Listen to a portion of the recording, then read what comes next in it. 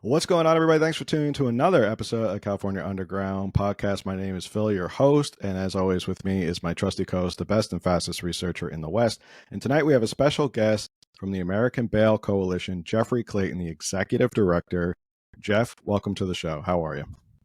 I'm well. Thanks for having me on. Appreciate it. So, we can just jump right into it. Why don't you tell us a little bit about yourself and what the American Bail Coalition does? Absolutely. I've been an attorney for 20 years, traveled to 35 state capitals over the years, advocating on behalf of bail and pretrial justice issues. Our trade association is our underwriters of criminal bail bondsmen throughout the United States. And so I work on issues of bail reform from New York to California and everywhere in between. So, in your experience, we're the point of tonight's show is we're going to be talking about rising crime rates in blue states. Specifically, we're also going to talk about here in California. Give us a little background as to how you got into this area, specifically this bail issue, and how that kind of relates with what we're talking about. Sure. Actually, I was a private lobbyist years ago, and one of my clients were bail bondsmen. But I also previously represented the Colorado State Courts and probation department. So I have a background in criminal justice issues. And so to take on this question of should we eliminate money bail or not has been something that I've worked on for the last decade now. So I have a conversation about whether we should have bail, what should bail be, should people get out for free, should people be supervised, all those sort of issues are things that we've worked on for the last 10 years. And there's been sort of a trend recently about getting rid of bail reform. It always seems to come up about this idea of, we should just get rid of bail. It's not fair or it's prejudicial. Why don't we start there with your idea or where you're coming from on bail, and we can kind of talk about that and dive into it more. Well, I think there has been some criticism of bail, so I think I'll start there. I think people understand the fundamentals that bail is security for your release, that you are promising that you're going to return to court, and somebody's putting in what most people would say is some skin in the game. They're putting in something that you stand to lose if you don't show up to court. I think the criticism has been that hits poor and minority communities harder, and I think it can. And I think that's something that we've seen in California and elsewhere, is that the bail system can be arbitrary. If it's not taken seriously, it can be automatic in many cases where we just don't care if you can't afford it. And we've seen that throughout the country as well. But primarily what it's meant to do is guarantee your appearance in court, not to punish you, pending the resolution of these trials, because we're supposed to protect the presumption of innocence here. And the Supreme Court says the whole goal is to hold you over for safekeeping until we can get to the trial and find out what we're going to do in your particular criminal case. Yeah, I think a lot of people have this idea of bail because they watch like Law and Order or something, or they hear like, right, there's bail, or they're a flight risk or something like that. And you always hear the issue of like, their bail set at $5 million or something like that. So I think it's a good way to kind of just break it down as to what the purpose of it is. It's like you said, it's not to penalize people. It's to make sure that they show up. And what happens if somebody doesn't show up? When I don't really know what the process is after if they don't show up. Absolutely. I mean, various states have different rules on how long, but generally a forfeiture notice is sent, meaning you're going to lose this bond if you don't deliver the defendant into court within a certain time period. And bail agents, private bail agents, actually have arrest powers. They're taking custody of the defendant according to the U.S. Supreme Court. And so that's regulated by various states. Crossing state lines can be regulated by the federal government. But the bail agent and the third party who co-signs the bond, mom or dad or family member or friend who also co-signed, are on the hook for that. And they then have a process to return the defendant. If they don't, they have to pay. And so when you're paying a bail bondsman, you're paying a fee, a percentage to post the entire or you can post the entire amount yourself, or your third party can post the entire amount in cash, and certainly risk that. And a lot of states allow you to post your property as well. So you can put up a deed to a house or something like that to secure a bail bond. So is that sort of like, what was that show that was popular back in the day? Dog the Bounty Hunter? Like, didn't he go after people who skip bail, or what was that about? He does. Remember I this guy? know him personally. I've known him for Oh, many you know years. Dwayne. Okay. I do know Dwayne quite well, and his unfortunate passing of his wife Beth, who's also on the show, I knew her quite well too when she was president of the National Bail Agents Hmm. Association. But that is what it is about: is that there is a remedy. Some states will limit, how vast these powers are. Like when you can, you can't kick doors down, or you can't, this sort of thing. But in general, the power of custody is the power to go arrest, and in many cases overcome by force. Resisting arrest if they don't want to be returned to court. Now, practically, what it means is the dog show is really not the real scenario. The real scenario is working with law enforcement. A lot of these people are extremely dangerous, armed. So it's more tracking, I would say, than aggressively trying to arrest. We have the guy, he's wanted on 12 felony warrants, right? He's armed, and then we have the police come in and handle the situation in a lot of these high risk cases. So now that we have sort of a background, we all know we have a better idea of what bail is. Let's start diving into rising crime rates in blue states like New York, California. If there's any other, please jump in and fill me in that you've seen as well. Are they intertwined? Is there an issue with bail? And is that what you're seeing, sort of this rising crime rates in states that try to do away with bail? Or what are you seeing? Well, we seem to think we think there's an impact of that, but it's very difficult to prove. And I think there's other factors at work with the entirety of the crime wave. I don't think you could just say bail is the cause or X is the cause. I think there's a lot of things going on. Like the retail theft, I think you can't just say that's a bail problem. I think that exploits how there's a bail as part of the weakness that's leading to the continuation of things like retail theft. But I wouldn't say that bail is the problem. In places like New York, I think bail was the problem. I think we saw that. I think that people figured out when bail is zero, we're sort of predicting the ultimate consequence of a criminal case, that we don't care. And I think that's the message that suspects got in places like New York, in places like San Francisco, that we just don't care. And the real answer is we don't want to tell people what their bail is. We want to tell them you're going to have to figure that out when you go to court and talk to the judge. And when we send the signal that there's just not going to be bail on these charges, in essence, what we're saying is we're not going to arrest you, we're not going to punish you. And that unfortunately is, I think, the message that bail reform has sent in places like New York and elsewhere. I literally did not understand this, so thank you. You see, even Camille's getting educated right now while we're sitting here. I think that there's this, like you said, that mechanism. If you don't have skin in the game, there may not be as much of a penalty, or may not be as an incentive to show up. We're obviously very familiar with what's going on with retail theft in California. It makes the news every single day. We've seen the videos of people smash and grabs. I mean, retail theft has, for a lack of a better term, probably killed downtown San Francisco. Do you have any commentary? You said it's not all bail, but what's some commentary that you have about why are we seeing such rising retail theft in California? I do think bail is part of that component of organized retail theft. And the real answer is these are large organized crime outfits that are stealing, millions and millions of dollars in small pieces. And so the system's not set up to deal with that. And that's what you're seeing with this Proposition 47 part of the reform, is to, kind of 3 strikes on a retail theft type of a thing that's being talked about as part of that. So I think, bail is a major part of that issue because of the felony theft threshold that has gone down. That's been another part of Proposition 47, is making it easier to steal more. So you don't hit that felony, until you go up to $1,000. And so all of these components, I think, kind of led to this retail theft, and just as a phenomenon. I mean, I don't think we'd seen that before, that gangs of folks were using this versus just individuals.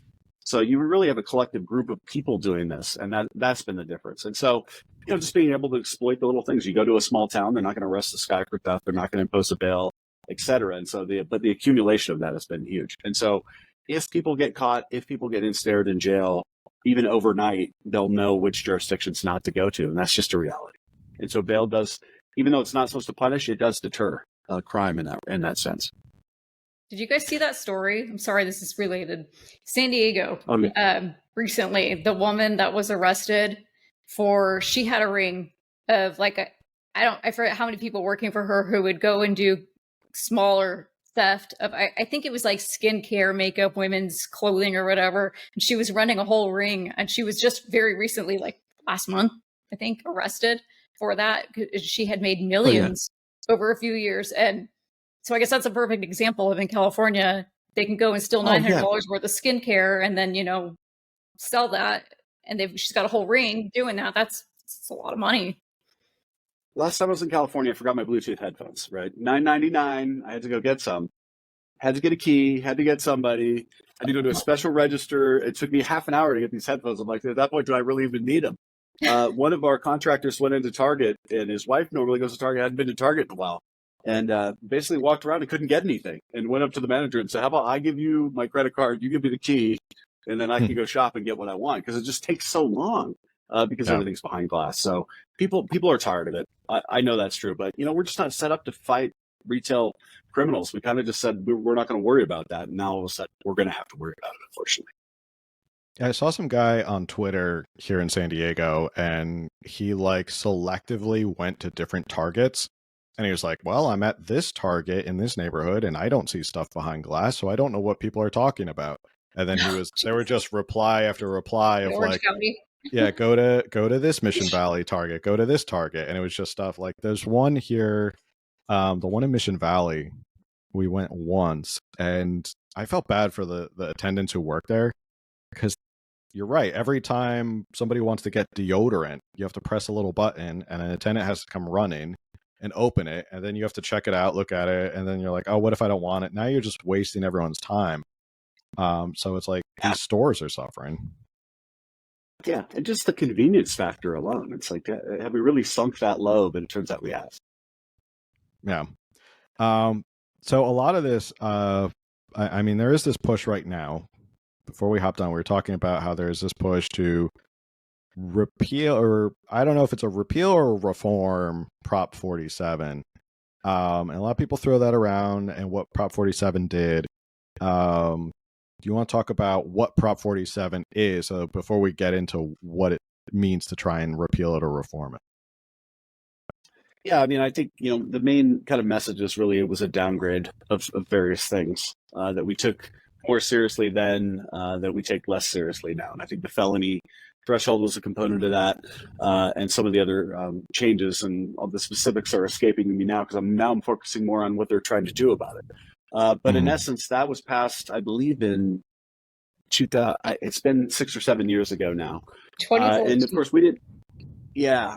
So it's almost been 10 years ago now. So I can't believe we've been working on this for so long. Obviously, we didn't play a part in that because, whether something should be more of a crime or bail should go up or down as a result of how serious we take a crime, we didn't get involved. But we've certainly seen the impact of that. And that has largely been the elimination of misdemeanor bail in California, right? If you commit a misdemeanor and you're just not going to have to post bail.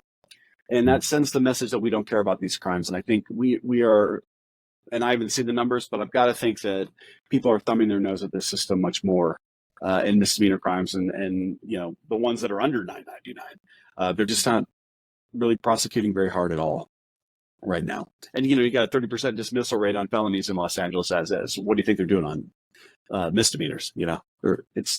The prosecution system is just not set up to handle this volume of low-level crimes. Can I read real quickly what Prop 47 is, just for people watching to really understand in case they don't? Absolutely. Okay. So in 2014, Prop 47 was a ballot measure passed by California voters on November 5th. The law made some nonviolent property crimes where the value does not exceed $950 into misdemeanors. It also made more simple drug possession offenses into misdemeanors. It also provides that past convictions for these charges may be reduced to a misdemeanor by a court. Under Prop 47, you may qualify for a reduction from a felony to a misdemeanor for some of the following offenses: certain forgeries, commercial burglary, petty theft with priors, bad check, grand theft crimes, possession of stolen property, possession of a controlled substance. Yep. I remember I was working as a law clerk. I think, what year was it? I think it was 2015. I was working as a law clerk at the DA's office, and there was a lot of grumbling about Prop 47 and how many of these crimes were getting reclassified. And even back then, they were like, this is going to be an absolute disaster. And that was barely a year into Prop 47 being on the books. And a lot of these prosecutors said, this is going to change so much. This is going to be a disaster. It just seems like they've completely cut like the legs out from lower level crime prosecution. Like there's just, it's kind of a snowball effect of, well, if we can't hold them on bail, if it's not worth prosecuting, then the cops aren't going to arrest them, because why are they going to do the paperwork to arrest someone, to bring them, and the DA is going to go, I'm not prosecuting him because it's not worth it under Prop 47. It just seems like it became like a whole snowball and took like the legs out of these lower level offenses, which still occur and they're still damaging, but it's just they're just not there anymore. Yeah, the unique thing about the low-level offenses is we can't incarcerate ourselves out of the problem, right? We can't throw everyone in jail who steals. So we have to deter them. We have to convince them that they're going to get caught and they're going to get punished. And that's what we're not doing, right? And that's just fundamentals of deterrence, right? Certainty of getting caught, swiftness of punishment, right? And we have gotten completely away from that. And the other thing that means is, yeah, you don't have to lock up a low-level thief for 10 years, right? Just make sure you're hitting him every time and he's getting caught a lot and he's spending a week in jail or whatever. We're getting him and sending the message. And unfortunately, we've gotten completely away from that. And I was going to use the word snowball. Another city that's having similar problems is Houston, Texas. And, they had at one point a 76% dismissal rate on filed misdemeanor cases. So, there's no, so you would talk about certainty of getting caught. Okay, these are the people that actually the police found, arrested, and you know what I mean? So the certainty of getting caught factor is like, what, 1 in 100? And that just sends the message, and that's exactly what we have going on right now. So, unfortunately. It kind of reminds me of, and I don't know if this is like parallel or similar, it kind of reminds me, I'm from the East Coast, grew up in Jersey, and always hear the stories about how New York was on hard times in the 70s and part of the 80s as well, at the point where they even basically almost went bankrupt.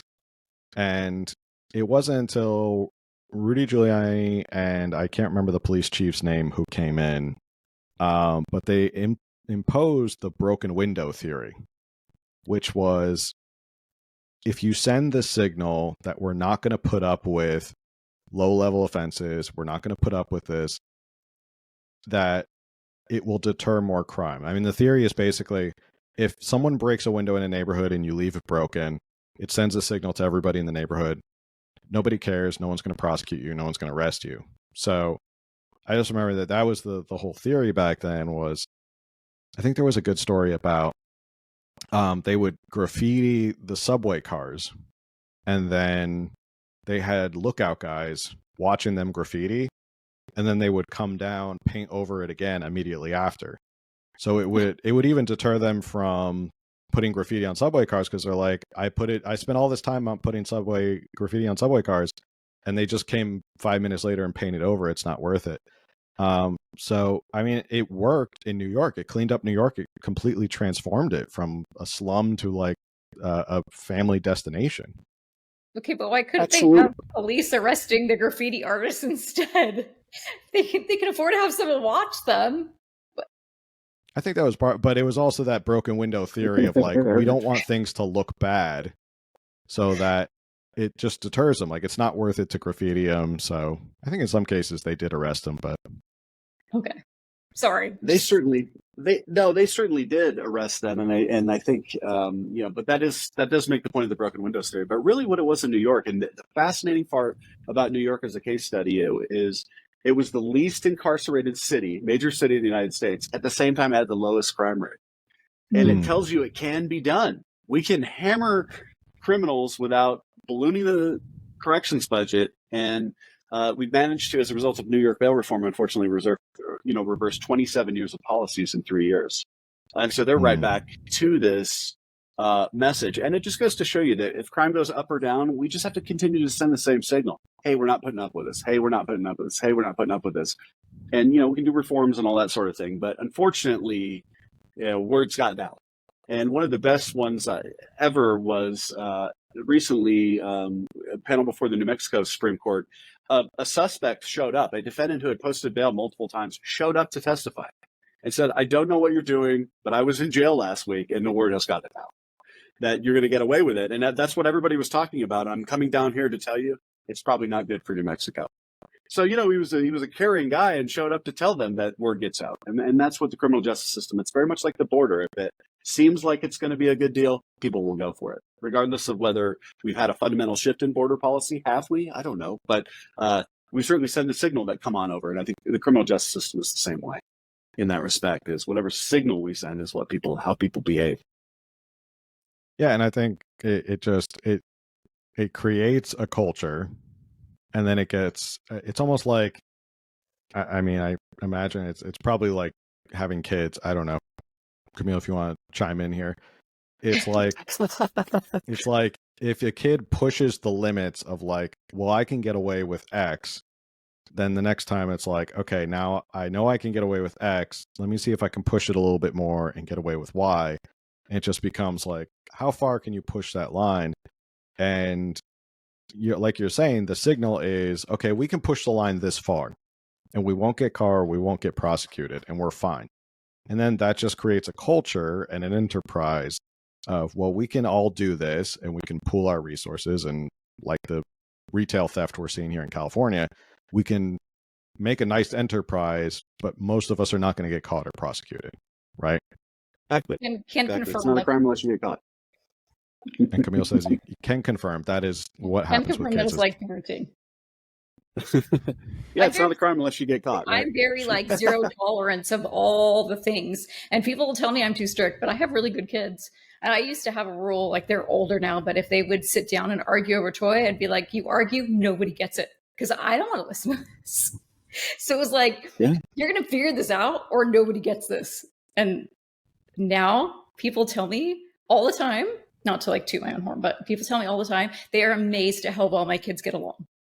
Like, absolutely, just like who gets along that well? Because like I don't want to like throw down my sisters, but all their kids argue with each other and they'll all be like, how do your kids not argue with each other? And I'm like, I don't know. I didn't let them. Never. Yeah, you made them figure it out. You said, hey, you got to work it out amongst yourselves. Otherwise, it's not gonna go well for you. So Camille is a perfect example of you send this right signal. Parenting. Perfect example. I'm just kidding. If you send the signal, it's going to work and get perfect kids. That's what we'll take away from this episode. So now we have all these problems. We have abandoned basically lower level offenses in a lot of blue cities because it is, the argument, whatever they want to try and make. Are you seeing more of a switch in a lot of these blue states in terms of sentiment on crime? Do you think there's people like the voters are starting to go, I'm starting to see the reality of these pie in the sky ideas. Are you starting to see sentiment change in these legislatures that you're kind of going to and lobbying and working with?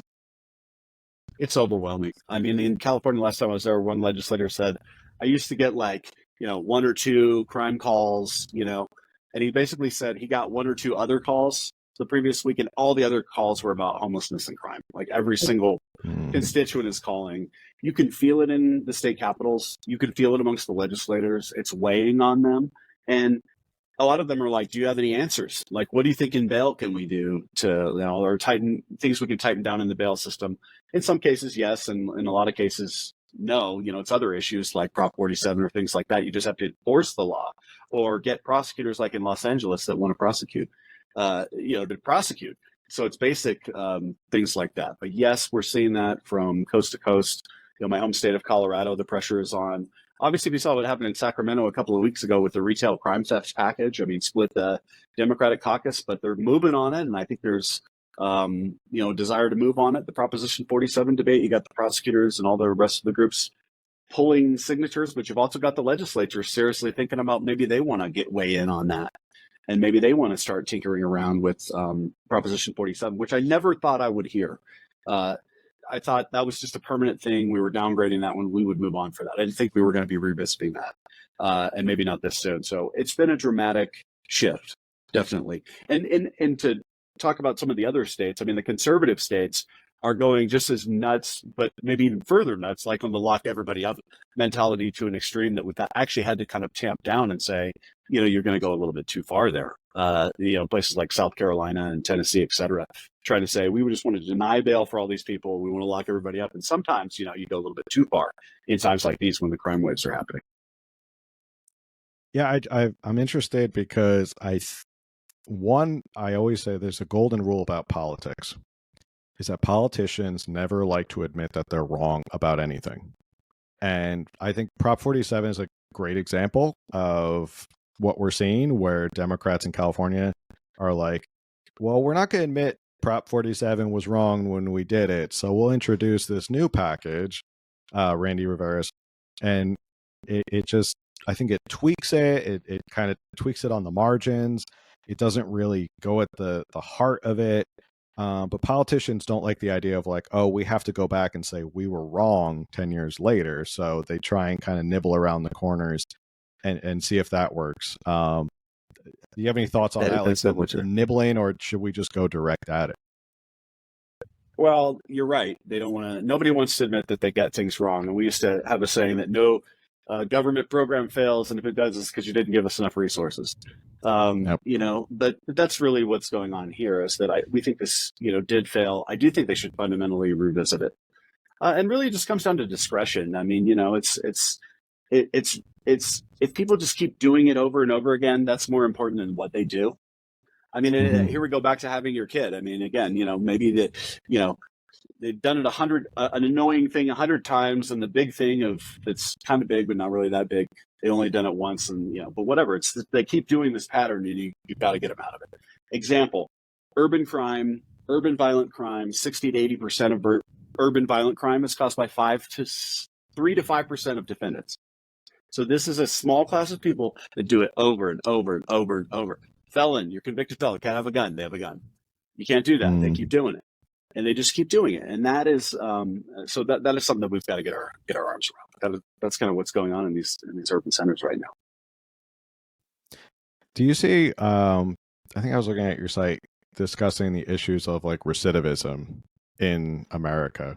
Do you have any comment on recidivism and sort of where we're at with that, and seeing people, like you just said, people kind of keep doing it, they keep getting caught again and again, or they come out and they get caught again and they do it again? Do you have any thought on that? It's gotten worse because we're labeling people poor that are recidivists. And recidivists are poor. Let's not get that wrong. A lot of recidivists are not, rolling around with the bankroll. But unfortunately, we're designing policies to help the poor that are helping recidivists. And New York is the perfect example of that. Where in California, these zero bail policies are the perfect example of that. Because we say, if you're in this bucket of crimes, then you're low risk, and it doesn't matter, right? And then a recidivist goes, aha, here's the loophole. I won't show up for court, and I'll move on, right? And so they continue on. Whereas we really did want to help the poor guy. We really did want to help the poor guy that should have gotten out, that wasn't going to get out, court process was messed up, and all that sort of thing. So we designed a policy, but we made it too broad, and we allowed recidivists to torpedo it. And that is over and over what has been going on, is that we were over sympathetic. And we undersorted. We didn't have a good net on who we were giving the advantages to, and it turns out it was recidivists. And Houston, Texas, again, was a perfect example of that. You had 37 defendants that were out on 8 or more violent felony charges each at one time. And how is that even possible that a judge, and a lot of those were PR bonds. So you had to, a lot of these were not posting any bail on, the first 6 charges, got out for free, and then had, so the idea that you had 37 people out on 8 or more felony charges was something that never happened in Houston until bail reform, and was something the then democratically elected district attorney went to the state capitol and worked with Republicans on to reverse. And they did reverse it. In fact, she got primary and she just lost to the progressive because she stood up to crime. And we had to say, even though we didn't agree with her because she was kind of flip-flopper, at the end of the day, she stood up for what's right, and she lost her seat because of it. Unfortunately, that's politics for you.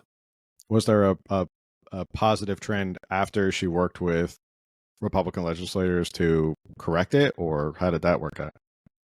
Yes, because the judges weren't legally allowed to continue to let these people out after multiple felonies. They couldn't do a what's called a PR or a personal bond in Texas on a certain number of charges. And so what happened is the number of people that were out on multiple bonds of those multiple time felons in the group that we wanted to hit shrank. And statistics ended up proving that. She ended up coming back to the Capitol the next year and presenting, and I don't remember the numbers specifically, but these reforms have actually worked to decrease the pretrial crime and recidivism numbers of this particular subset of people. And so it was a good case study on, look, 37 defendants, 8 crimes each. That's a lot of serious violent crimes right there that are coming from 37 defendants. That'll keep coming if we let them back out to do what they do. Because those are the ones that got caught on. That's the other point. Yeah. There were a lot more that they didn't probably. So that's surprising to hear that happened. Something like that even happened in Texas, of all places. You'd figure like someplace in Texas, they wouldn't allow a lot of this to happen. But I guess even in Texas, this stuff is happening, right? It's just Houston because it's a major city, and the sort of the demographics sort of changed in the last decade. For example, there were 16 county court at law judges. Texas has elected judges, and they were all Republicans. And then there was one Democrat for a while, and then about 4 years ago, the Democrat Party swept the entire judiciary in Harris County. Wow! They handled all the misdemeanor cases and all of that, and so all of it changed dramatically as a result of that. And so it is an aberration in Texas, but you can imagine everybody else in Texas is like, we don't want to be like Houston, and they're running legislation to try to, cities of 3 billion and more have to comply, and they're doing everything they can to try to crack down on the crime problem in Houston. All of those people were people that fled California because it was too expensive and too crime ridden, and they went to Houston, but then they didn't like the Republicans, and so then they ran for office and overturned it, and now they're just getting more of what they fled. So I'm just kidding. I don't know that for a fact. No, now they're moving to Nashville, and now we have to deal with them over there. Oh, great. Now there's bail issues in Nashville. So in turn, that's an interesting topic about red states that have cities that are democratically controlled. Is there any other example like Houston where like even a red state that you would think they're not going to let people get away with this? There are these little local, and shout out to what we always say on this podcast, local elections matter. Are there any other examples of like cities or localities that do this? Big bad Ron DeSantis. I mean, Florida, Miami-Dade County had a big bail reform going on down there. The judges were issuing a new policy, and it was about to go into effect. And this was during the campaign. He, to his credit, loaded up all his people and went down and had a press conference on the steps of the courthouse calling for it to stop and scared him out of it. And so there's constant pressure in Florida between, Miami and some of the cities and the state capital there. So that's another one that you see that a lot in. Certainly Tennessee to a certain extent is one, because Nashville. You see that in Idaho quite a bit, because Boise is, you have a lot of Californians move to Boise, and Boise is turning liberal, where these very, very conservative people, primarily former LAPD members, who are moving up there in the rural areas, driving the conservative policies up in Idaho. So you do see some of these states where you've got that, conservative legislature and liberal cities that butt heads quite a bit. How much does let's just say a district attorney, how much say do they have in policies in terms of prosecuting? Because here in California, you may think like, oh, your hands are tied, you can't really do anything. But I can tell you from experience, our DA here in San Diego County is way better than George Gascon in LA.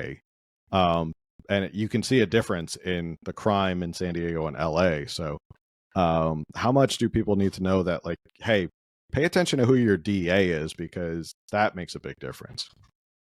It makes a huge difference. You're right about San Diego. That's always been a good district attorney's office. And it's been a fair district attorney's office. And for example, you look at the bond sizes in San Diego versus LA, the bails are lower, but yet they have better results.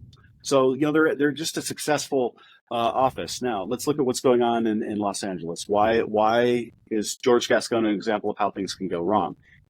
He's disabling his deputies from doing the job. The deputies that meet with victims of crime to hear them, he's disabling them from doing that. He's telling his deputies that they cannot seek a bail in certain cases. When the Victims' Rights Act, Marsy's Law says you have to hear from the victim first. He's prejudging cases with policies in place, and that goes for all the strikes, the enhancers and all this sort of thing that he's removed from the deputy's ability to see. Justice has to be a case-by-case basis, and when you have policies in district attorneys' offices like that, it just stops justice from being had one way or the other. I mean, it's just indefensible. The funny thing about the bail policy is, he issued a press release saying that he had spent all this time evaluating the bail policy, but when we looked at the date of the policy, it was like the day the election was won. There was no contemplation. They knew from the outset that they were just going to set these, policies to drive an agenda, and in doing so, they divorce themselves from the case-by-case basis. And that's where justice has to happen. You have to talk to the victims. You have to go in and assess the facts of every case. And it's just sad that they got away from that. And, the polls show him down by 20 points right now, and certainly got smoked in the primary. I mean, 78% of Angelinos voting for somebody else. That's just sad read news. Hochman seems to Hochman seems to be ahead of Nathan Hochman. Good. Yeah. I think Trump's negatives are probably lower than George Gascon in Los Angeles right now, to give you an idea of how bad it is. I think Trump would poll better. So he's going to have a heck of a time trying to convince people that he's handling the crime problem right now, or he has any plan to handle the crime problem right now.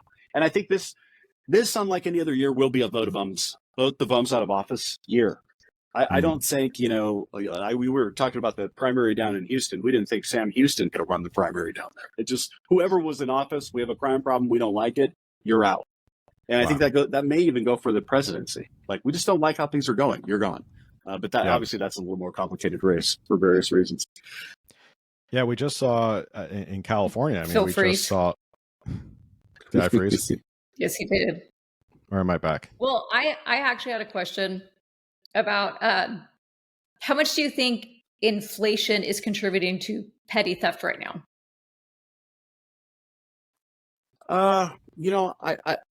I think the quality of life stuff, the grocery store type of theft of things like, razors and shaving cream and stuff like that. I think it does have an impact. I think it is harder. The working class is having a harder time. I think it does have a slight impact, but that's not really the driving factor of what's happening. I think this is a whole nother generational thing, perhaps, where we just say this is one thing where, we don't prosecute people and it's cool. It's okay to just take what you need because it's the big corporate jerks and we don't care about them. And we're just not going to worry about it. So I think it's bigger. So I don't think it's, they're stealing bread. They're trying to feed their families. I think some are, and I do think it has an impact, but I don't think it's what's driving this current retail theft and crime wave. So I think that am I back? Did I unfreeze? Yes. Okay. That happens from time to time. The question I had is, we just saw Chesa Boudin was recalled, which was great news. And now we see Pamela Price, to your point that vote the bums out, Pamela Price is now being recalled as well. Oh, did I? Yes, you cut out right after Pamela Price. Oh, Pamela Price is now being recalled as well. So like you said, there is kind of this push to vote them out, which is interesting, even in California. Yeah, and there's nationally this Protecting Americans Action Fund, which was a national group formed to, it's a simple proposition, elect prosecutors that want to enforce the law and make a judgment. And they could be soft on crime, but just make a judgment in every case. Look at the facts, enforce the law. And that's unfortunately where it's gotten, is that, we used to always say you want your prosecutor to be a little bit of a jerk. You need a little jerk in your prosecutor because you want him to go a little further than he should so that the public defender can come in and stop him and the judge can kind of have a good process here. But not only do we not have jerks, we have people that just don't even want to do the job. And I don't know how they take an oath to uphold the law and then just not uphold the law. I don't know how they reconcile that in their minds, but that's really what we're looking for now, unfortunately, is somebody who wants to be a prosecutor. I would have made a terrible prosecutor, so I never would have done that. But at this point, even I could get in the ring because I'm just willing to enforce the law and make a case-by-case judgment. So we got a couple minutes left. Why don't you give us a little bit more about American Bail Coalition, where people can find you, and what are your next steps and what are you guys working on? Give us a little summary. Absolutely. ambailcoalition.org is probably the best place. We're on what was Twitter. I still wish it was Twitter as well. What are we really working on? I think the thing that's really going on right now in California that nobody is paying attention to is Los Angeles. There's big litigation, big lawsuit over whether the bail schedule was unconstitutional because people couldn't afford their bail and that was unfair. And so the judges reacted to that. And really what they did was create a review procedure for people where we said, well, we're going to assume you're going to get out for free and then we're going to take a look at it. And that way we don't have to subject you to the horrors of a bail schedule. Unfortunately, what's happening is people are parked in jail for days now because the system's not keeping up. And so what we're seeing is people that can afford bail now are getting ensnared along with the people that can't. And so we're compounded the problem in Los Angeles. So we're continuing to follow, what's happening with that. There is some legislation in California going on right now, dealing with the how quickly hearings are going to happen in terms of bail review in California. So hopefully a deal will be made on this. Due process in California is too slow, right? And talking to the Democratic majority, they want to shrink that down. And that makes sense. In Florida, you get within a judge within 24 hours to argue your bail decrease. California, that could take a little longer than that. So I think everybody wants to shrink that. And so we'll continue to be working on that throughout the summer and see if, legislators want to make a deal. And more importantly, do they want to put their money where their mouth is and fund, the system to do all the new hearings that'll happen as a result of all this. So it'll be a busy summer. Yeah, like you said, it's a busy election year, and it might be a big vote the bums out because crime's up, inflation's up, and all that. So it might just be a huge upheaval election that we're facing right now. So, absolutely, I think you're going to see a lot of incumbents being tossed out for that reason, and then the presidential, we'll wait for the October surprise and see how that goes. We even saw in San Francisco, they voted for more police power, not less, which who would have thought in San Francisco they voted for more police power, not shrinking police power. So they're going in the opposite direction, even in San Francisco. I know. And, unfortunately, hopefully it's not too late to save what I consider to be a really great city. I mean, hopefully they can turn things around. But I think it's going to take years. I don't think you can just turn the switch on this and say there's a new sheriff in town. Yeah. I think it's going to take a long time of sending the signal. And also the drug problems, the issues with all these drugs. It's totally different than, when we were growing up. It's a whole different ballgame that you can die, the amount of lead on the tip of a pencil can kill multiple people. I mean, that's just scary. But that's what's going on. And, the cartels and all the other stuff going on. It's a multi-year major problem. Look at what's happened in Oregon. Legalize all drugs, reverse that. And just determine, hey, we got to do something. We just can't get these. We don't have some kind of a hammer to force people to do something for their own good. Then we just determine, we can't do anything for these people. And, it is a humanitarian crisis, and we do need to do something. And part of that's unfortunately going to be law enforcement. Respect the police. Let's get them out there. Let's make sure they're, not biased, all that sort of thing. But we are going to have to send a signal that society's not going to put up with this. And I think that's what people want right now. Well, Jeff, thank you for coming on and talking about this issue that Absolutely. I didn't know a lot about, and I learned a lot tonight. Camille, I think, learned a lot as well about bail that we both didn't know. One more time where people can find you guys and support you guys before we sign off. Absolutely. banbailcoalition.org or look for us on X. Great. As we end every show, thank you guys for tuning in. Make sure to like, share, subscribe, review, all that stuff helps with the algorithm. Best way to support this show that is absolutely free is just share it with somebody who might be interested in this topic. And with that said, we'll see you on the next one. Have a good night, everybody.